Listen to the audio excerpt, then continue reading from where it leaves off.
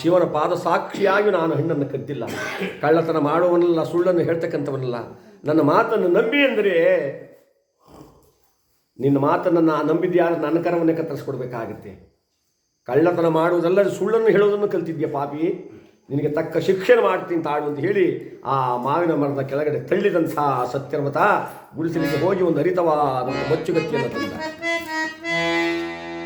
ಹರಿತವಾದ ಮಚ್ಚುಗತ್ತಿಯನ್ನು ತಂದು ಎಳೆ ಬಾಲಕನ ಎಡಸ್ತವನ್ನ ಎಳೆ ಮಾವಿನ ಮರದ ಬೇರಿನ ಮೇಲೆ ಇಟ್ಟಿದ್ದಾನೆ.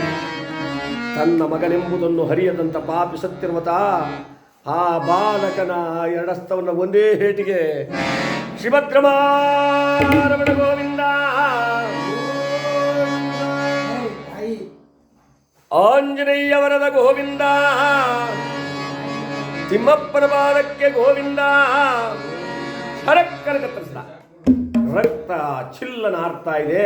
ಅಸ್ತವೇ ಒಂದು ಕಡೆ ಬಿದ್ದೋದು. ಆ ಹುಡುಗ ಮಂಡು ಕೈಯನ್ನು ಒದರುತ್ತಾ ಅಮ್ಮ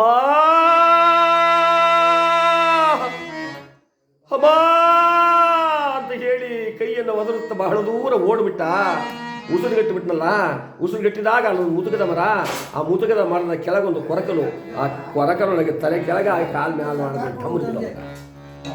ಜ್ಞಾನ ತಪ್ಪು ಹೋಯಿತು. ಅಮ್ಮ ನೀರು ಅಮ್ಮ ನೀರು ಅಂತ ಕೊರಗುತ್ತಾ ಇದ್ದಾನೆ. ಈ ಪ್ರಪಂಚದ ಜ್ಞಾನವೇ ಅವನಿಗಿಲ್ಲ.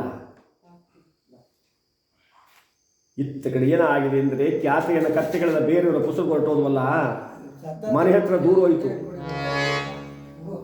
ಕ್ಯಾತೆಯ ಅಂದ್ಕೊಂಡ, ಓಹೋ ಕತ್ತೆಗಳೆಲ್ಲ ಬಿಟ್ಬಿಟ್ಟು ಎಲ್ಲೋ ತಾಯಿ ಬಳಿಗೆ ಹೋಗಿದ್ದಾನೆ, ಒಂದು ಸರಿಯಾದ ಬುದ್ಧಿ ಕಲಿಸ್ತೀನಿ ಇವತ್ತು ನೋಡು ಅಂತ ಹೇಳಿ ಒಂದು ಕೋಲ್ ತಗೊಂಡು ಆ ಸಾಯಂಕಾಲ ಸಮಯವಾಗಿತ್ತು, ಕತ್ತೆಗಳೆಲ್ಲ ಒಂದು ತಂದು ತನ್ನ ಮನೆಗೆ ಸೇರಿಸ್ಬಿಟ್ಟು ರಾಮಶಾಸ್ತ್ರಿಗಳ ಮನೆಗೆ ಬರ್ತಾ ಇದ್ದಾನೆ.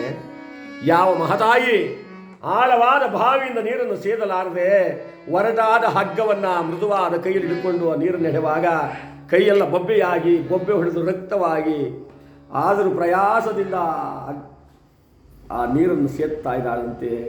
ಹೇ ಪರಮಾತ್ಮ, ಇನ್ನು ನಮ್ಮ ಮೇಲೆ ನಿನಗೆ ಕರುಣೆ ಬರಲಿಲ್ಲವೇ? ಶನಿರಾಜ,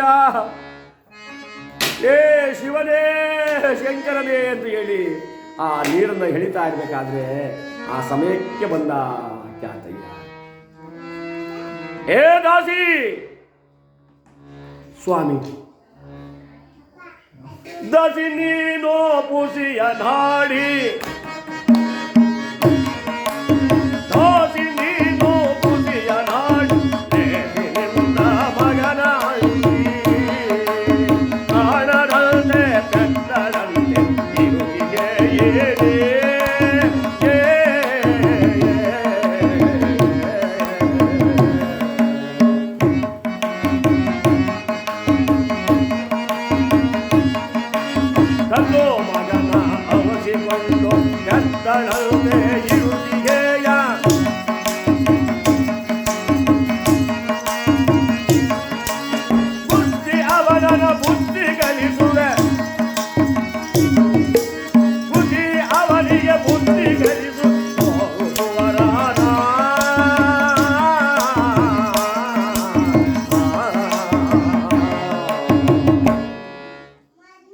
ತೋರಿಸು, ಅವನಿಗೆ ಸರಿಯಾಗಿ ಅವನಿಗೆ ಬುದ್ಧಿ ಕಲಿಸ್ಬಿಡ್ತೀನಿ.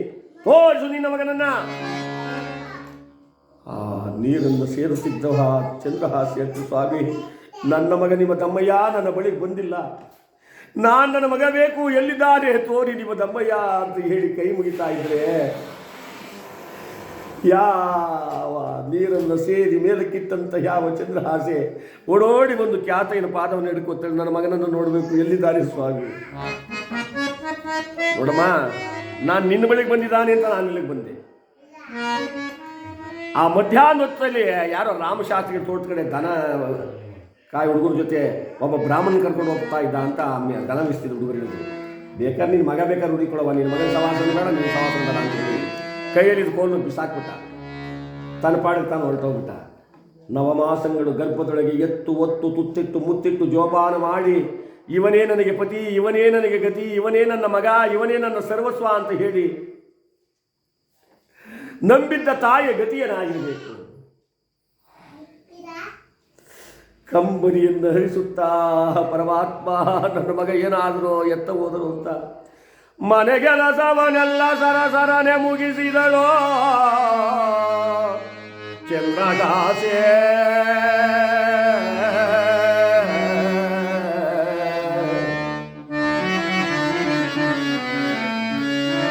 ಮಗನನ್ನು ಹುಡುಕುವುದಕ್ಕೆ ಹೊರಟಳೋ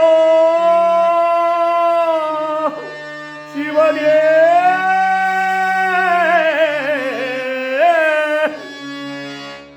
ಮಗನನ್ನು ಹುಡುಕೋಕೆ ಬರ್ತಾ ಇದ್ದಾಳೆ. ಅಷ್ಟೊತ್ತಿಗಾಲೆ ರಾತ್ರಿ 12 ಗಂಟೆ ಸಮಯ. ಆ 12 ಗಂಟೆ ಸಮಯದಲ್ಲಿ ಒಂಟಿಗಳಾದ ಹೆಣ್ಣು ಬಿರುಗಾಳಿಯಂತೆ ಬರ್ತಾ ಇದ್ದಾಳೆ. ಯಾವ ಭಯವೂ ಇಲ್ಲ, ಯಾವ ಚಿಂತೆಯೂ ಮಾಡ್ತಾ ಇಲ್ಲ. ಮೊದಲು ನನ್ನ ಮಗನನ್ನು ನೋಡಬೇಕು, ಮೊದಲು ನನ್ನ ಮಗ ಇಲ್ಲಿದ್ದಾನೆ ನೋಡಬೇಕು. ಕುಮಾರ, ಕಂದ, ಮಗನೇ ಅಂತ ಬರ್ತಾ ಇದ್ದಾನೆ. ತರೆಗೆಲೆ ಏನಾದರೂ ಗಾಳಿಗೆ ಜೂ ಬಿಟ್ಟರೆ ನನ್ನ ಮಗ ಬಂದ ಅಂತ ನೋಡ್ತಾಳೆ. ಮರ ಏನಾದರೂ ಬಿರಿದರೆ ಅಯ್ಯೋ ನನ್ನ ಮಗ ಬಂದೇನು ಅಂತ ನೋಡ್ತಾಳೆ. ಆ ಅರಣ್ಯದಲ್ಲಿ ಬಿರುಗಾಳಿಯಂತೆ ಬರ್ತಾ ಇದ್ದಾಳೆ. ಅಮ್ಮನ ಗೋಳಿದು ಕೇಳಿದರೆ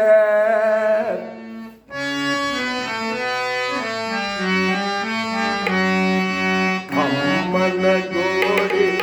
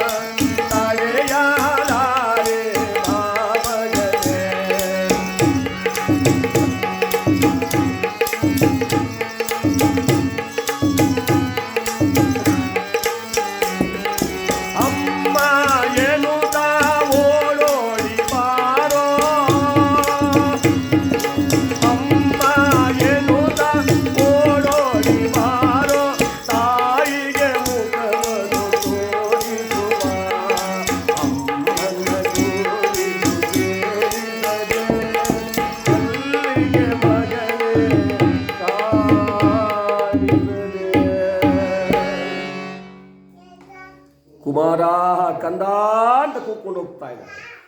ಈ ಶಬ್ದ ಸತ್ಯವ್ರತ ಗುಡಿಸಿಲಲ್ಲಿ ಕುಳಿತಿದ್ದಾನೆ.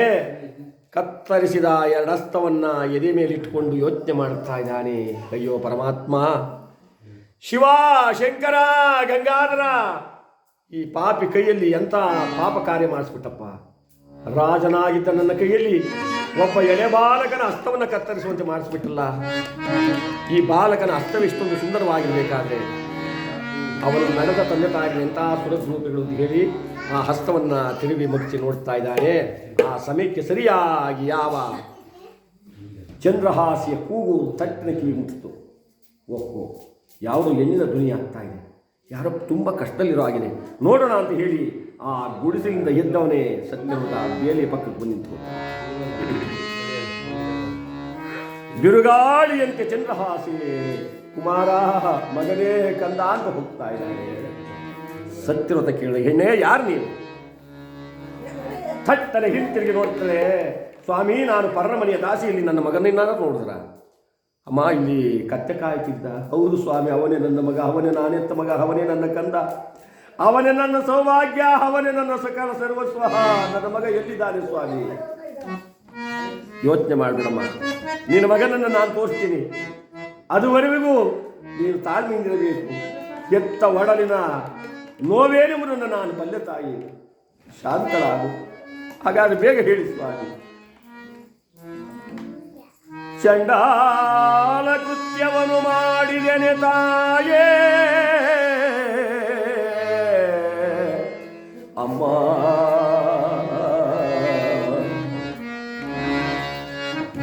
ಕಡಿಲಿಗನ ನಿನ ಮಗನ ಮುಂಗೈಗಳ ಅಮ್ಮ ಚಾಂಡಾಲ ಕೃತ್ಯವನ್ನು ಮಾಡಿಬಿಟ್ಟೆ ತಾಯೇ.